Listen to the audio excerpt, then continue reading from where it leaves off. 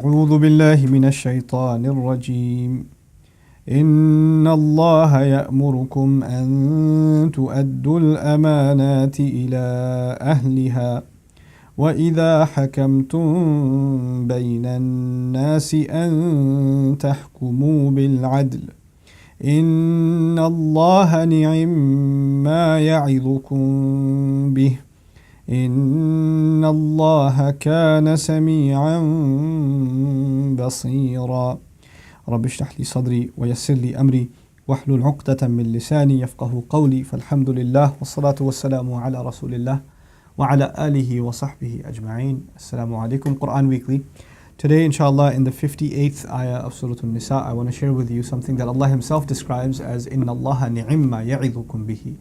No doubt Allah, how beautiful it is, the kind of advice He's giving you. Like, He gives us advice all the time, but He doesn't stop and say, you realize how beautiful this advice is? That's what He did in this incredible ayah. He actually stopped and praised the advice itself. So it must be something really, really special.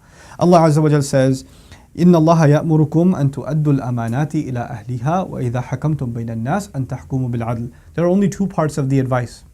He says, number one, no doubt about it, it is Allah in fact. He's the one that has commanded you that you give in full the trusts to those who deserve them. Fulfill trusts. You are entrusted with certain things. Make sure you do your full duty. This is the first great advice Allah says. Allah has certain rights over us. He's entrusted us with La ilaha illallah, and it comes with certain obligations. And He's the first ahl, really. He's the first one qualified that we should fulfill our trust before Him. But then we have a trust with His Rasul sallallahu alaihi wasallam, how to honor Him, how to obey Him, alayhi salatu wassalam. Then we have a trust beyond that with our family, our parents, our neighbors. These are all trusts. Now, Allah in this incredible, this summary of Islam is basically telling us that your life, the beautiful commandment that summarizes all of Islam altogether, is you give people what they deserve. You make sure you give people what they deserve, and no less. If you're an employer, give your employees no less than what they deserve. If you're an employee, give your employer no less than what he or she deserves. If you're a student, give your teacher what he deserves, what she deserves. If you're a teacher, give your students what he or she deserves. If you're an imam, give your congregation what they deserve. If you're a congregation, give the imam what they deserve.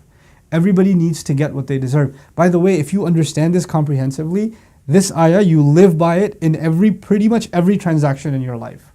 You're driving on the street, before you cut someone off, you think, does this person deserve that?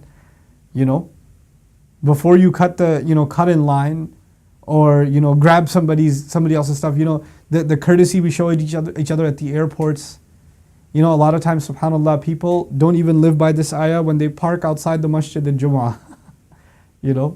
If there are people who deserve the right of way, you just cut right in. No, I'm getting late. Well, he's not getting late. You shouldn't have come this late anyway. Then people park on other people's lawns, and even the non-Muslims have such a terrible impression of Muslims because we park in their spaces. These are people's rights. You can't just trample all over them. You have to give them their dues.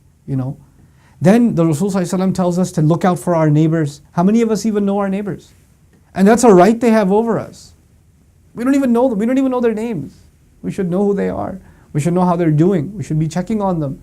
We should be, when you make iftar, give some food to your neighbor. Say we're celebrating Eid, if they're Hindu, they're atheist, they're Jewish, they're Christian, it doesn't matter. Give them and say we're celebrating, we want you to celebrate, you're our neighbor. Our Rasul taught us to take care of our neighbor, our messenger taught us to take care of our neighbor. If you need anything, let us know. SubhanAllah.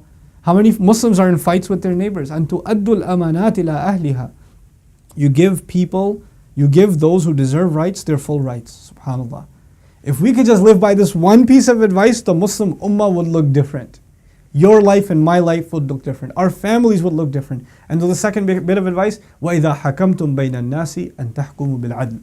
And when the time comes that you have to make decisions between two people, meaning there's a dispute and you're the judge. Now you're thinking, I'm not a judge. What am I going to sit in a judge's chair and judge between people? Allah is saying, إِذَا, which actually means it's eventual. Between your parents there might be a fight, between your siblings there might be a fight, between your friends there might be a fight, between your classmates there might be a fight, co-workers there might be a quarrel.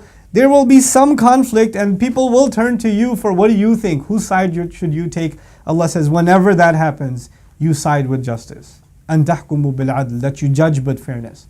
Sometimes the person you don't like is right, and the person you do like, your friend, is wrong. It's hard to say your friend is wrong. You're going to have to say it. Sometimes it's hard to say that the other family is wrong, and the other family is right, and your own family is wrong. It's hard to do it, but you have to do it sometimes. Sometimes it's hard to tell your own brother, your older brother, that he's wrong, and the younger brother is right.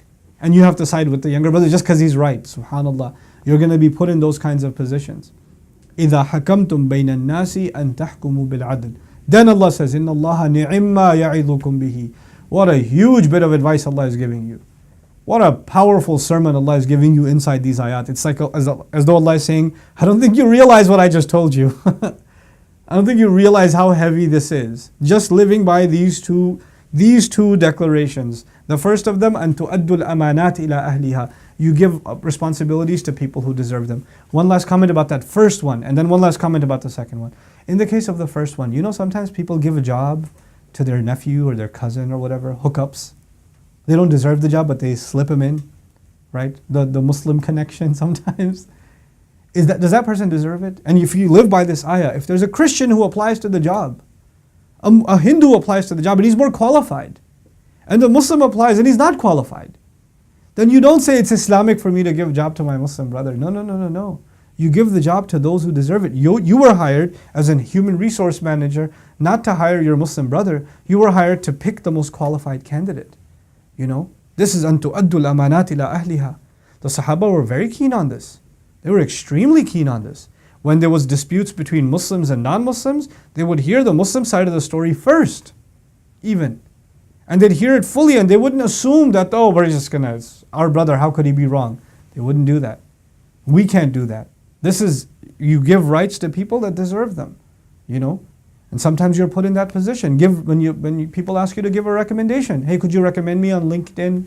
Could you put in a good word? I'm sending a resume. Can you sign my recommendation letter? Well, if you're not a good student, I can't sign your recommendation letter. If you didn't do decent work, I can't recommend you. But you're my Muslim brother. Yes, I am. Which is why I can't lie on your behalf.